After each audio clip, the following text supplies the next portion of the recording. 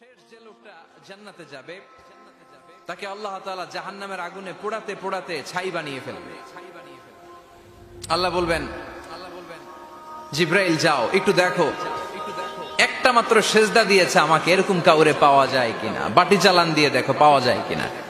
খুঁজে খুঁজে কাউরে পাবে না। আল্লাহ বললেন আবার দেখো, খুঁজে খুঁজে একজনকে পাবে, সামান্য ইমানের ছিটে ফোঁটা তার অন্তরে ছিল। আল্লাহ বলবেন যেহেতু ছিটে ফোঁটা আছে, অনেক মায়ের খাইছে, ওকে বের করে জাহান্নাম থেকে বের করে একটা নির্ধারিত দূরত্বে রেখে দাও। রেখে দেয়া হবে, কিন্তু জাহান্নামের আগুনের লেলিহান শিখাতে তার গা ঝলসে যাবে। সে আল্লাহর ডেকে বলবে, মাবুদ তোমার কাছে আমি কিছু চাই না,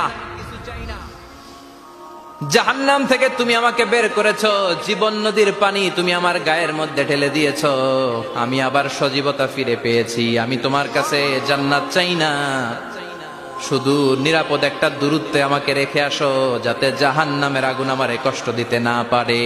আল্লাহ আমি কিন্তু তোমার কাছে জান্নাত চাই না, কিন্তু জাহান্নামের আগুন আমারে কষ্ট দিচ্ছে, এতটা দূরত্বে রাখো যাতে জাহান্নামের আগুন আমার গায়ে না লাগে। আল্লাহ বললেন ওকে রাখবো, কিন্তু আমার সাথে একটা কন্ট্রাক্টে যেতে হবে, যে এটা তোমাকে দিলে তুমি আর নতুন করে কিছু চাবা না। সে বলবে আমি রাজি, কন্ট্রাক্ট হয়ে যাবে। আল্লাহ জিব্রাইলরে বলবেন যাও এমন দূরত্বে রাখো যাতে জাহান্নামের আগুন ওরে কষ্ট না দেয়। রেখে আসা হবে, অনেক দিন সে ওখানে আনন্দে থাকবে, আল্লাহ শুকরিয়া করবে। সে মনে মনে বলবে বেঁচে গিয়েছি, আমি বেঁচে গিয়েছি, জীবনে আর কিছু চাই না, জাহান্নাম থেকে আমি বেঁচে গিয়েছি। অনেকদিন থাকার পরে মনে মনে ভাববে বাইসা তো গেছি, কিন্তু নতুন করে একটু ট্রাই করে দেখি, জাহান্নামের সৌন্দর্যের দৃশ্য একটু চোখ দিয়ে অবলোকন করা যায় কিনা। সে আল্লাহরে ডেকে বলবে আল্লাহ এন্দি সোয়াল, আমার একটা ফরিয়াদ আছে। কি ফরিয়াদ? আল্লাহ আগেই বলে রাখে আমি কিন্তু জান্নাতে যেতে চাই না। আল্লাহ বলবেন কি চাও?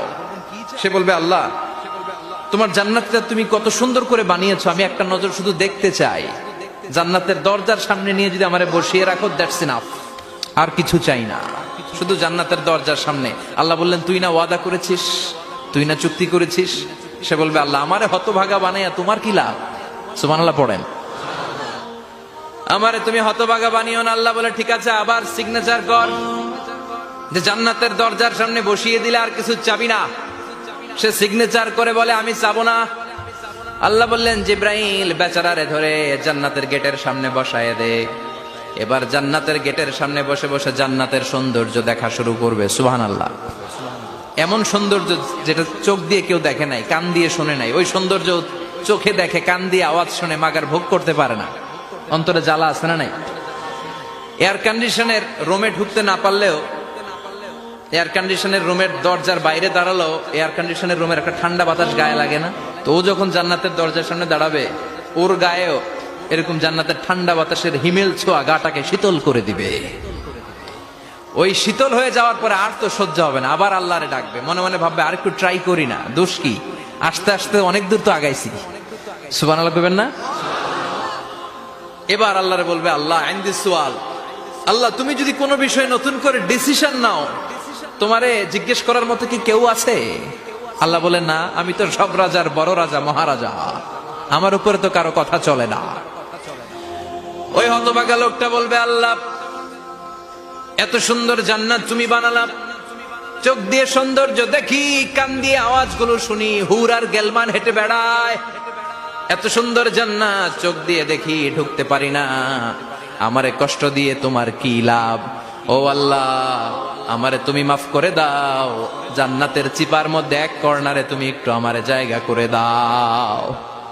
আল্লাহ বলবেন ওয়াই হাক ইবনা আদম, তোর ধ্বংস হোক হে আদম জাত, মা আগদারাকা, তোর চেয়ে বড় গাদ্দার আমি আমার সৃষ্টিকুলে কাউরে দেখি নাই, কারণ তুই আমার সাথে চুক্তি করিস আর চুক্তি ভঙ্গ করিস।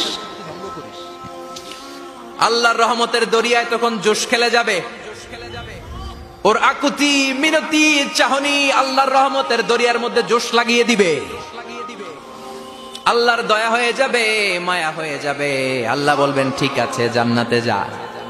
লোকটা এবার এক দৌড়ে জান্নাতের ভিতরে ঢুকে যাবে। লোকটার দৌড় দেখে আবার লোকটারে আল্লাহ ডেকে বলবে একটু দাঁড়া, একটু দাঁড়া, জান্নাত তো দিছি, তো দৌড় দিলি কেন?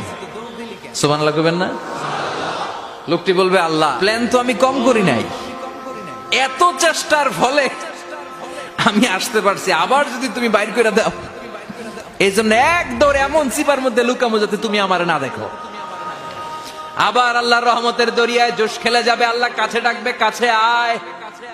ও গোলাম, তোর কি মনে চায় আমারে বল, আজকে তুই চাইতে থাক, আমি দিতে দিতে তোর মনের সব আশা পূরণ করে দেব।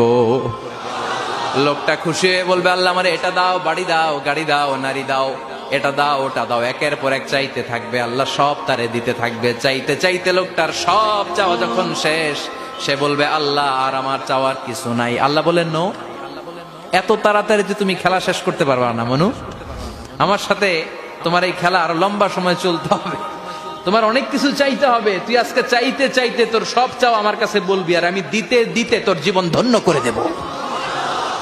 সে আবার চাইতে শুরু করবে, আল্লাহ এটা দাও, ওটা দাও, ওটা দাও। আল্লাহ দিতে দিতে সব দিবে। এরপরে বলবে, আল্লাহ মাফও চাই, দোয়াও চাই, আর চাওয়ার কিছু নাই। আল্লাহ বলবেন, তাই ঠিক আছে, তোরে আমি জান্নাতে ঢুকাই দিলাম, তবে মনে রাখিস তোর জান্নাতটা হবে সবচেয়ে ছোট জান্নাত, আর তোর জান্নাতটা হবে এই পৃথিবীর 10 গুণ। চিল্লা এখন সুবহানাল্লাহ। বুখারীর বর্ণনা, আখিরু মান দাখালাল জান্নাহ, যে লোকটা সর্বশেষ অনেক মাইর খাইয়া রিমান্ডে থাকার পরে জান্নাতে ঢুকবে, তার জান্নাতটা যদি পৃথিবীর 10 গুণ হয়, তাহলে আমাদের সবাইরে ফেরদাউসে ঢুকাতে আল্লাহর কোনো সমস্যা আছে?